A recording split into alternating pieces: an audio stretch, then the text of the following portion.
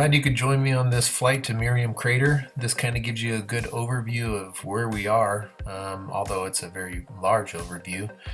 This area here is Flagstaff, Arizona, Humphreys Peak, San Francisco Peaks, the highest point in Arizona at 12,633 feet.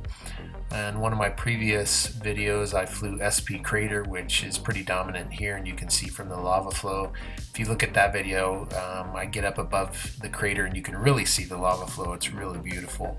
And this whole area here are just lots of different craters. This is a Center Hills area for off-highway vehicles and Sunset Crater.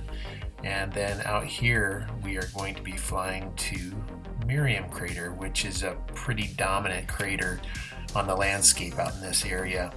We took off, I don't know, about, I'm thinking 9 miles or so from the crater in an area just south of Cochrane Hill.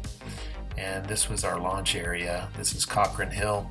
This is Merriam Crater right here, which was used by the military as a bombing range for artillery target practice. And there's a lot of divots, actually, pretty big ones out here on Merriam Crater. If you ever get a chance to drive out there and see it, it's pretty amazing. At any rate, we flew all the way over to Merriam Crater. That has an elevation at the top. It's 6,800, 6,816, somewhere around there feet. The crater itself, I think, is about 1,200 feet from the bottom to the top. And so it's a very tall crater. SP Crater was right around 1,000, but this one knocks it out about 200 feet more. The lava flow from this is reported to have actually created a dam in the area, which is what we know now as Grand Falls, and I flew that area as well, so check that video out to see Grand Falls. It's a pretty spectacular place, especially when the water's flowing. Unfortunately, I've not flown over it when the water's been flowing. And then other popular areas just southeast of Merriam Crater is North Shiva and South Shiva. So that's going to be our flight today, and I hope you enjoy it. It was a beautiful flight, and this is just a really beautiful area. Lots of things to see and lots of places to fly. So enjoy. This gives you somewhat of an orientation of where we are, and you can see Cochrane Hill there just north off in the distance. That big crater is Merriam, and that is Tanner down below getting ready to launch. I had already launched. I was kind of anxious to do so, so I was just up in the air testing out the wind. It was a pretty good, I don't know, 7 to 9 miles an hour.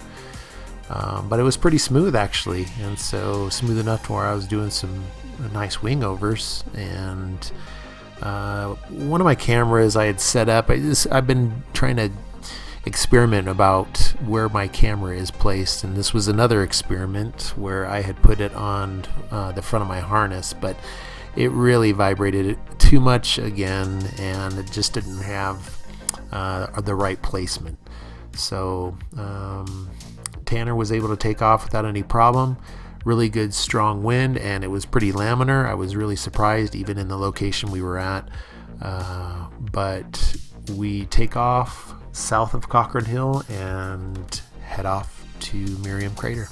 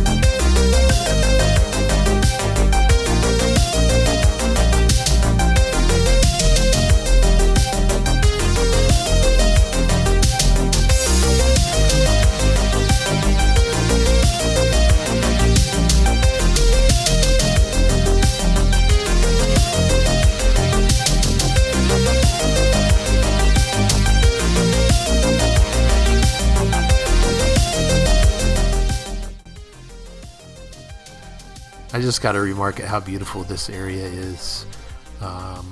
It's really green when it hits around summertime, and then it kind of goes brown and then comes back green. But this area out here with all these craters is such a beautiful area to fly, and it really is. It's not as turbulent as you think it might be, but I mean there are cases where it can get turbulent, but this day that we flew it was pretty amazing. And you can see here kind of the size of Merriam Crater as it's compared to people and things. Off there on the north side there were a couple of trucks parked up there. They were actually paragliding, and this is a popular spot for paragliding training, and they would paraglide all the way towards the bottom. Me and Tanner were able to paraglide ourselves a little bit when we got over the top. The wind is coming directly north of us right here, right in front of us, and so you would think the turbulence or the rotor coming off the back of Merriam Crater would have been something that was pretty violent, but it really wasn't. I didn't feel any turbulence. Tanner down low, he was probably, I don't know, a good 400 feet lower than I was, and he didn't feel a lot of turbulence. But we came right over the top of Merriam, and I flew all around it, and that day was just a really smooth laminar day, and it's pretty amazing when the wind doesn't have much to interact with as far as landscape goes, how smooth it can come up over Merriam Crater, which is why it's a prime spot for paragliding training.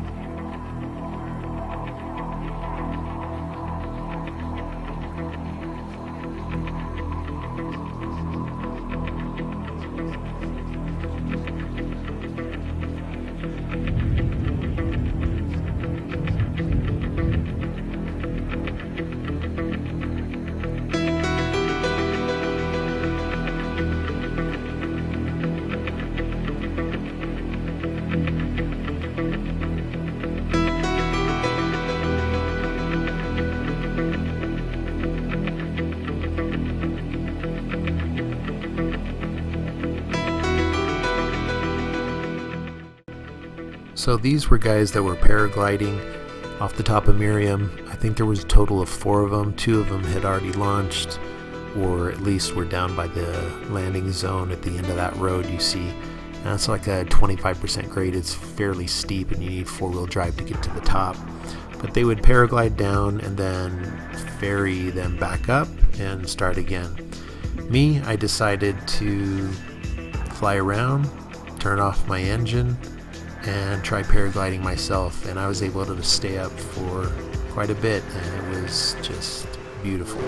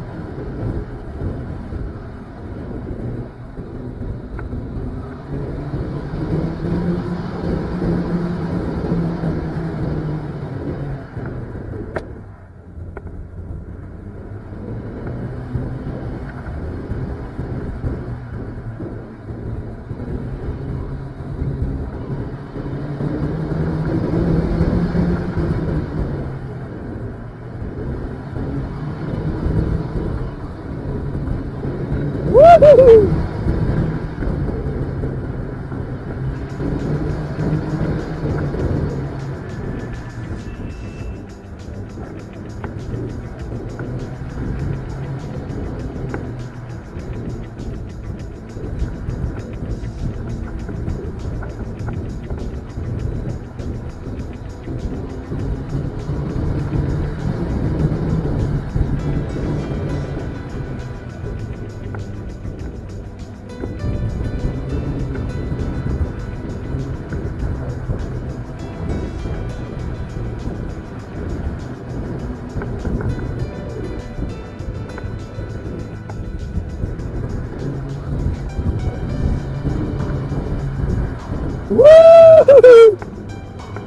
I can feel that.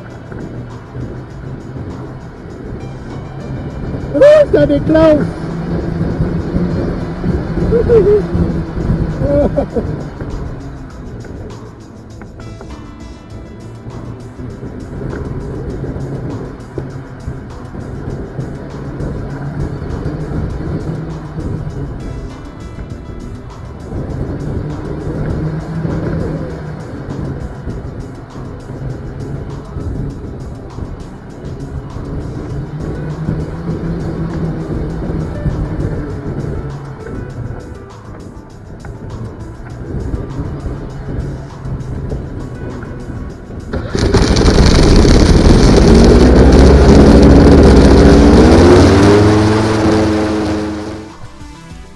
Wanted to include this part of the video because this shows you just the mass of Merriam Crater. I'm on the north side now and have basically gotten all the way down to the bottom.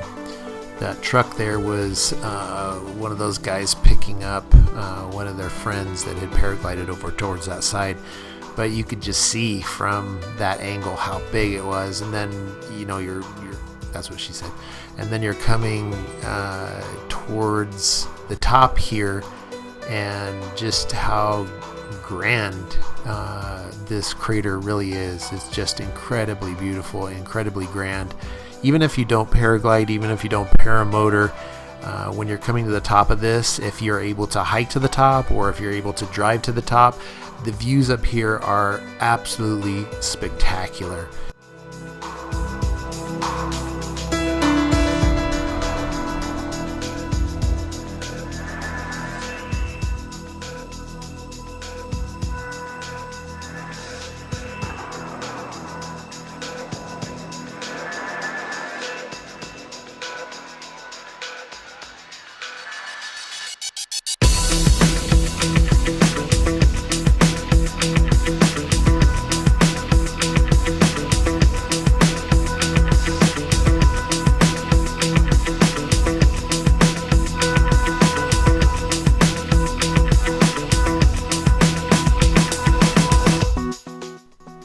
Well, this about wraps up this flight.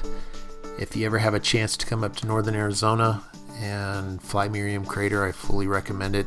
It's a beautiful flight, and for the most part, you're not going to experience much turbulence unless it's a really crazy day. I hope you enjoyed this. I know I did. Till next time.